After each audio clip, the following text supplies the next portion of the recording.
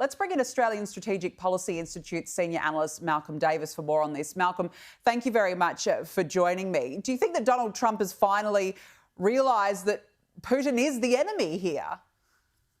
Well, hopefully, but I dare to say it. We've been in this place before, where Trump has talked tough, but then nothing has happened. So we'll see what happens in this time around. If he does impose tougher sanctions on Putin, if he does continue to support Ukraine militarily, or even expand that support, that would be a very good thing. But at the same time, Trump is also talking about potentially walking away from Ukraine.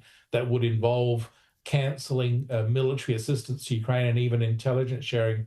That would leave Kyiv in a very vulnerable situation. So I think I'm yet to be convinced that Trump has actually seen the light on Putin.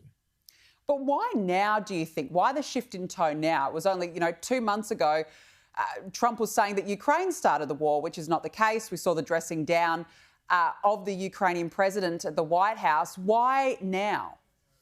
I think these big attacks by the Russians on Kyiv and other Ukrainian cities were essentially a proverbial slap in the face for Donald Trump by Putin.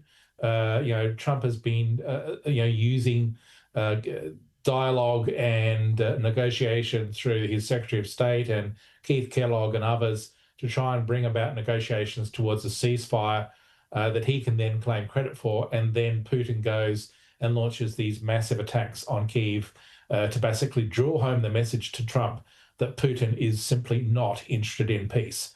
So I think that Trump was probably incensed by that, given his nature and his approach to how he handles negotiations in a transactional sense. So he's now biting back. But as I said, what really matters is he all bite or is he some bark? If he essentially just does nothing beyond harsh words, then Putin will laugh in his face.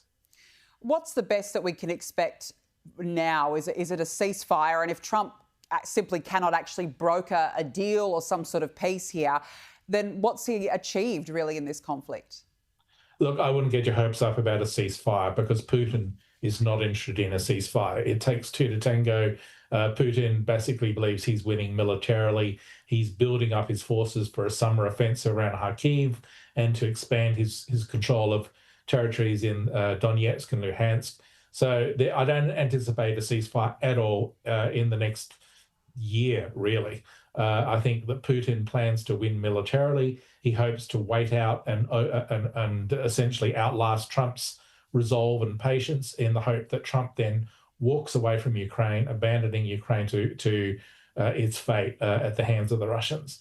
And I think that the most likely scenario going forward is essentially continued Russian attacks, continued expansion of their offensive into Ukraine, more of these devastating attacks by Russia against Ukrainian cities, and Trump will basically have to either put up or shut up.